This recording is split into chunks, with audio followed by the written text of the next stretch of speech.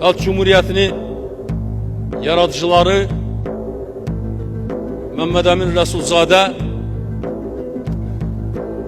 Fətəli Xan Xoyski, Əlimerdan Bey Tapçıbaşev, Nəsib Bey Yusufbəyev, Həsən Bey Ağayev,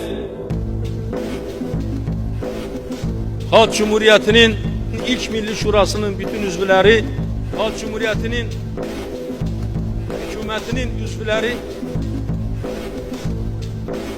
Azərbaycan xalqı karşısında büyük hizmetler göstermişler. Halkımız bunların hizmetlerini minnettarlık hissiyle bugün yad edir.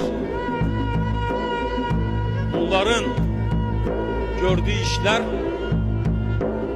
ve aziz xatirələri Azərbaycan xalqının qəlbində əbədi yaşayacaqdır.